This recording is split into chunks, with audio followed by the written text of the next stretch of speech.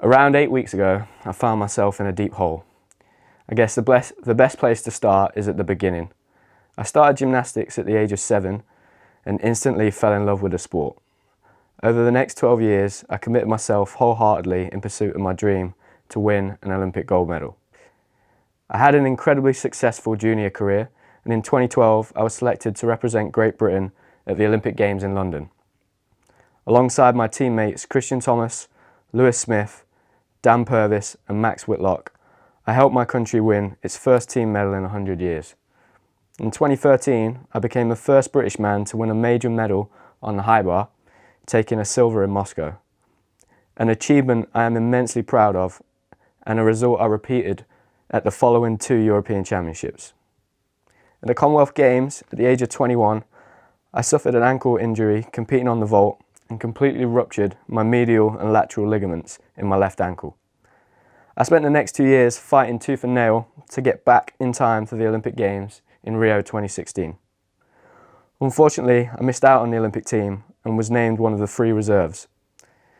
That grieving process was probably the most difficult obstacle I've faced so far in my 26 years of life. In truth, I don't think I really dealt with that obstacle at the time. When I was growing up, I was very much taught to be tough, to not show any emotion, and if I did show any emotion, it was a sign of weakness. Now, the last 3 years of my life have been really challenging. After 2016, missing out on the Rio Olympic Games and my dream and my ultimate goal of trying to win an Olympic gold medal, I went through a really difficult time.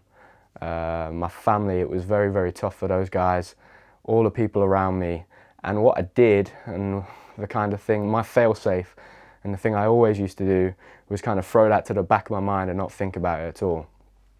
Over the course of the next 12 months, I also moved out of my home. I'm the oldest of 4, and I was always used to being in a family environment where there was always noise in the background. And when I had first started to live by myself, that lack of noise was really hard for me to take. It was quite a scary thing. I also broke up with my ex-girlfriend, who was my best friend at the time, so I felt like I had lost my best friend. And I had decided, once I committed to the next 4 years towards Tokyo, which took me a bit of time. Initially, I wanted to quit the sport and walk away from it. Gymnastics for me, you know, I love the sport and it was this pure thing, and it felt like that love had been taken away from me for a long time. And so I decided, once I had committed to carry on and to still kind of pursue my dream, I wanted to give myself a break for the next year.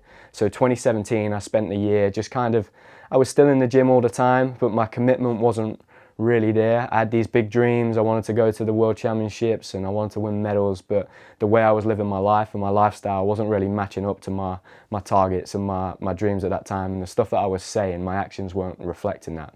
But I knew that I needed that time. So I was going out with friends.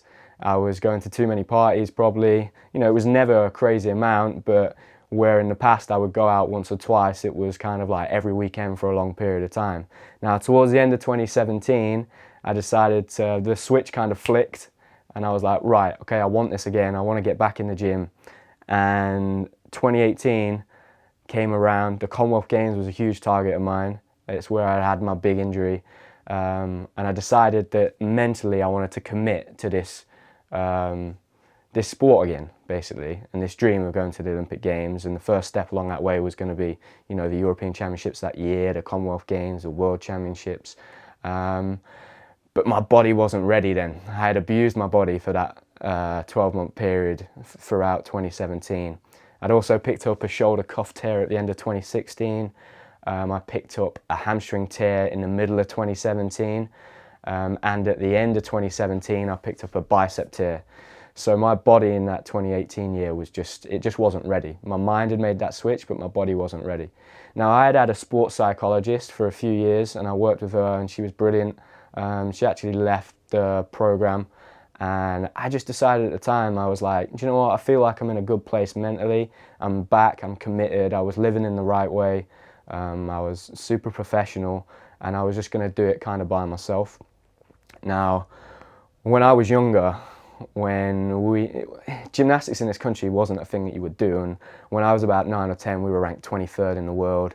It really was just a hobby for the senior guys. They had full-time jobs.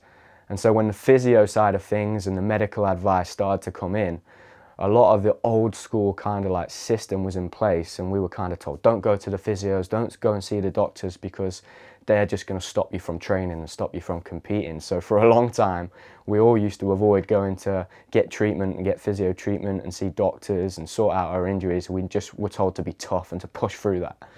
And that was kind of the mentality then after 2012 in terms of sports psychology and speaking to people and opening up. There was kind of a stigma around it, and it was viewed as, well, if that guy needs to go and see a sports psychologist, he's obviously weak up here, and we don't want that. We don't need that person on the team, because we don't want them to make mistakes or kind of have a meltdown at a big competition. So the guys would just, for me anyway, I would avoid going to see a sports psychologist, because I thought, you know, it might make my chances of getting onto a team even tougher, and the selectors might not think I'm the right man for the job. So in 2019, I was under a lot of pressure. At this point, I'd been through, I think, already 5 rehabs in the space of 2.5 years, and they were rehabs where I had to start from scratch again. So it was really, really tough. And in gymnastics and in any Olympic sport, you have to keep getting results to get funded and to stay on the team. Now, I was under a lot of pressure to get some results because of my injuries that I'd had. I hadn't been competing at major championships. So going into this year, I decided that I was going to be 100% focused on my training. Leading up to the British Championships this year, I had a score target to reach. Now, in the back of my mind, I knew that it really wasn't, I didn't have enough time. I had only been back on 6 apparatus since October of 2018, and it was just really tight. I hadn't had the competition experience. I think I'd competed only 3 times in the space of like 18 months prior to that. So I knew it was going to be really, really difficult. And to try and catch up time, I think I trained up until the British Championships, the Monday after the British Championships. I trained every single day of the year. So Monday to Sunday, I was in the gym for the whole year. I didn't miss a day until the March of the British Championships. Now, unfortunately, English Championships, British Championships, I didn't reach the scores. And so after that, I was deselected from the GB team. And I'd been on the GB team since 2006. So a very, very long time I'd been on the GB team. Now, the mindset I had to get myself into then was, right, this doesn't change a thing. I can still achieve my dream. How it works in Olympics, in gymnastics anyway. You don't have to be on the GB team to get selected for the World Championships, European Championships, Olympic Games. You know, if you get the scores, you can still get selected onto the team. So I had to get myself into this real kind of tough, I can still do this mindset. Nothing's gonna kind of distract me and almost put me off this journey. It was very tunnel visioned, so I kind of threw myself into my work. I made sure I was super busy outside of the gym. I was doing loads of emails, loads of phone calls. One thing that I did after my injury in 2014, I was told that, you know, you might never do the floor and vault again. And to hear that at the age of 21 was a pretty scary thing, and something that I didn't process at that time. And so after that, I decided to take full responsibility for everything. I almost became my own full-time physio, my own full-time psychologist, my own agent, I took care of all of my programs. So I designed all my training programs, all of my routines, constructed my routines. So I was trying to do all of these jobs myself, just because I didn't think I was so scared of losing that dream of mine, and I just thought no one's going to care as much as I do, so I need to take that responsibility on myself. And like I said, I kept super busy after the British Championships. I went on to what's called transition funding, so it meant that because I was an Olympic medalist, I would receive 4 months worth of my wages. Until then, everything would kind of stop, and I'd be officially off the program. And I went for a period where I think I was just coasting through life. my training was going really well. By this point, I was approaching, 8-9 months being back on 6 apparatus. I had no real injuries. Things in the gym were great. I was super busy, like I said, outside of the gym. And all of a sudden, without me really realizing what was happening, there was lots of good things and bad things happening to people that are close to me, family and friends around me. And I kind of got to this place that I didn't notice for a while where I wasn't really feeling any emotion. So like something good would happen, but it wouldn't really make me feel anything. And then some quite bad things were happening to the people closest to me. And again, it really wasn't making me feel anything. And I can remember thinking at one point, like, this is a bit weird. This isn't normal, but I kind of just plowed on and continued moving forwards. And at that time, the gym was kind of my place that I could escape from everything outside of it that was going on outside in my life. So because I was able to train on 6 pieces, I was really enjoying being in the gym. I could switch my phone off, I could forget everything and just concentrate on gymnastics. And then it got to the point where I was just about to start routines. And I was in the car one morning and I turned my neck and I trapped a nerve in my neck. It was really painful, but I've done it in the past, and in the past it was much worse. But it kind of, it lasted about 2 days and then it got better. And then the following week on the Friday, which is where I do my main session, my shoulder kind of went. And for a while, for a period of a few weeks, I was kind of like in the gym for a couple of days, out of the gym for a couple of days. And it got to the point where it really ground me to a halt. And this is a time when probably the 3 people that I would normally offload on and talk to and share what's going on in my head, they were going through, the things themselves, quite difficult things to deal with. And it all happened in just a real short period of time. And it was just too much. So throughout the whole of my adult life, I'd say I've gone through periods where I felt quite low. I've always suffered from feeling a bit isolated and loneliness, which is quite for a young person, it's quite a embarrassing thing to kind of like admit and talk about. But yeah, I've suffered from feeling alone quite a lot. But it was always just short periods, and I could snap out of that quite quickly. It might be a couple of days and then I'd be fine. But I just got to this point where I started feeling some emotion again. So it was anger and frustration and sadness. And the gym became a place where before, a few weeks back, it had been my place to escape everything that was going on outside of the gym. It was now this place where it was also filled with, I didn't want to be there. It was like resentment, and I was becoming someone that I didn't want to be. I imagine it wasn't nice for the other guys and the younger people in the gym to be around me at that point. And it reached a kind of tipping point where I just kind of I realized that I need to take myself out of this situation. And I'm really, really, really proud of myself for that, for having the self-awareness to realize it would have been quite easy for me to just, carry on moving forward, head down, not kind of address the situation. But I just found myself in this real dark place. And I spoke to my coach, Sergey, and we chatted about it. And honestly, I was just really lost. I didn't know what was going on. I didn't understand what was happening to me. I didn't understand the feeling. We kind of spoke, and I said I need to just take myself completely out of the gym, and I need to just take some time to myself to think about what I want. I really, at that point, I wasn't sure if I was going to carry on gymnastics. And it's the first time I've ever really just said, okay, I put the brakes on, I need to stop. This can get dangerous if I don't stop this. I went and had a conversation with my mum, and it was, I told her some things that I imagine for a mother to listen to were probably quite really difficult and quite painful. And she got really upset, and I got quite upset.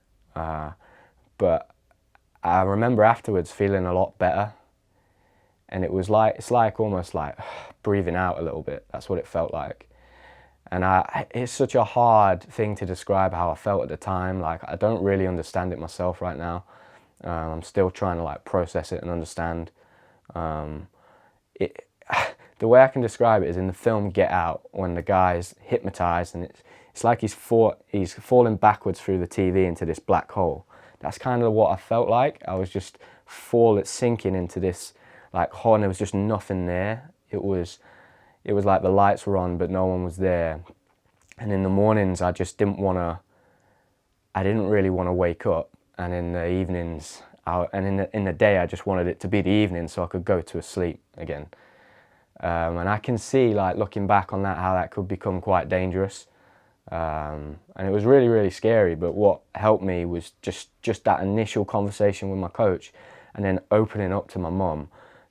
That really helped. And slowly I began to talk. I kept feeling that way day after day when I woke up, and I had, at this point, took myself completely out of the gym. I wasn't training.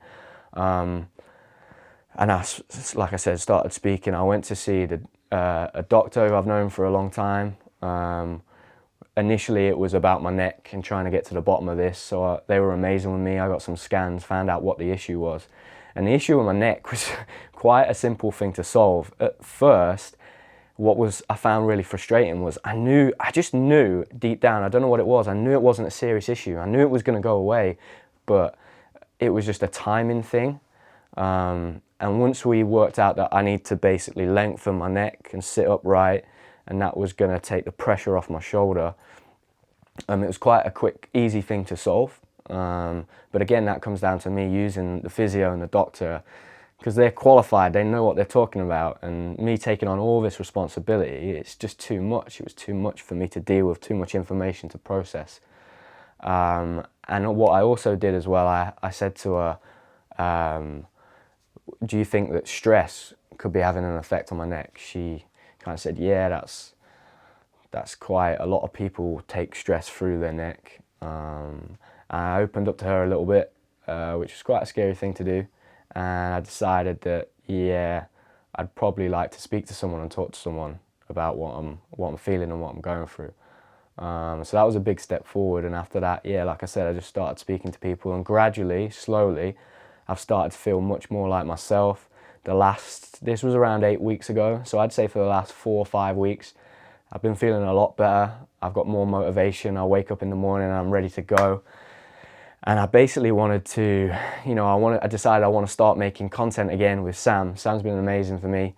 He's become a great friend of mine, and we've enjoyed this process over the past 12 months of making videos and content. And the one thing that was really important to me from the very start of this, and to Sam, is I wanted to tell my truth, and I wanted it to be authentic. This is what it's like. It's not an easy journey trying to make it in sport and at the highest level. And I wanted to show you guys at home, just give you the best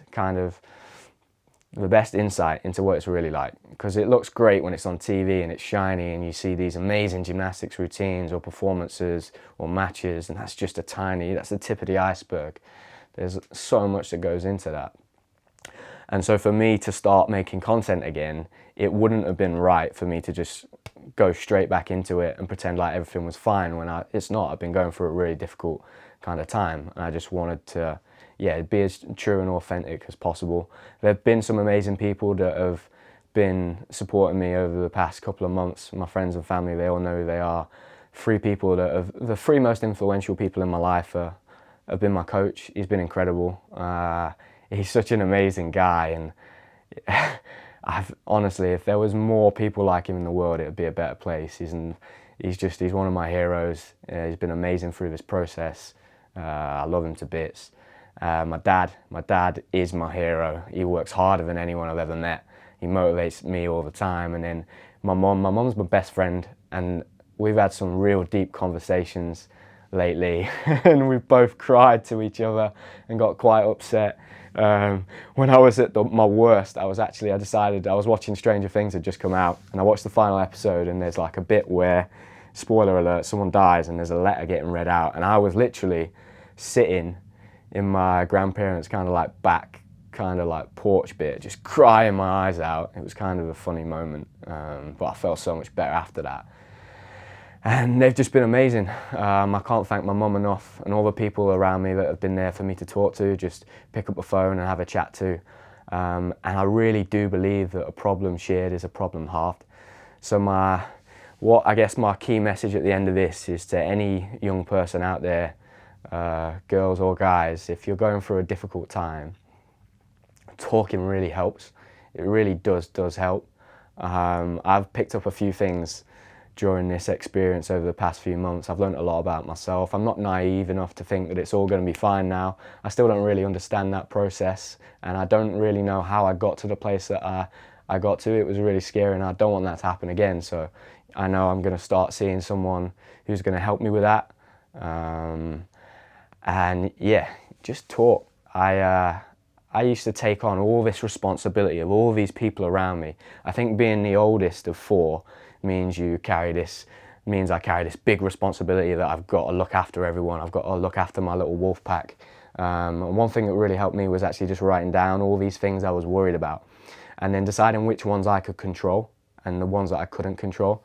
And I ended up going around and crossing out about 75% of the things because they're just out of my control. You know, for the people around me, my dad, the best thing I can do for him is to just be there for him, support him, and just be his son. You know, I'm not his dad. I'm not trying to look after him. With my coach, I can just be I'm his gymnast. It's his job to look after me. So, you know, I spend all this energy trying to look after Sergey because I care about him and I worry about him. And that's really, really helped. And then the other one thing that I'm trying to do all the time now is, you know, when you see people just day to day, people that you know, and normally go, hey, you right, mate? If I saw Sam, I'd be like, Sam, you right? You having a good day? And he'd be like, yeah, not too bad. And then just kind of walk on. It's such a surface conversation. Now I'm trying sometimes, you know, if I'm not feeling good, I'm not having a great day, I'll go, well, actually, you know, I'm struggling a little bit today, like my back's hurting, or I'm stressed a little bit about this. And you'll generally find that those people, they'll want to chat and help you out because it feels great when you help someone else with their problem and you can share your problem. So that's my key message. I want to say a massive thank you to you guys that watch my videos and support my videos.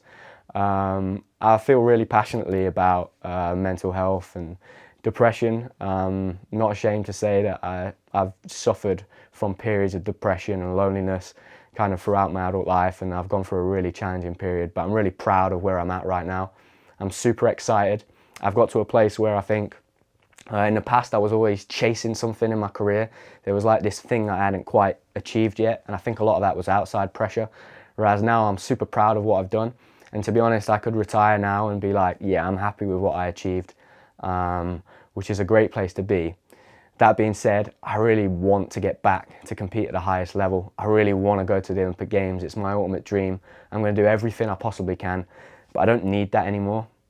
I want that, but I really don't need it. The things that are important to me, you know, medals and stuff, it doesn't interest me so much. It's the people around me and making sure that I'm not coasting through life. You know, it's so easy to just get locked on this thing and this dream of going to win a gold medal, but you know, it's not going to solve my problems at all.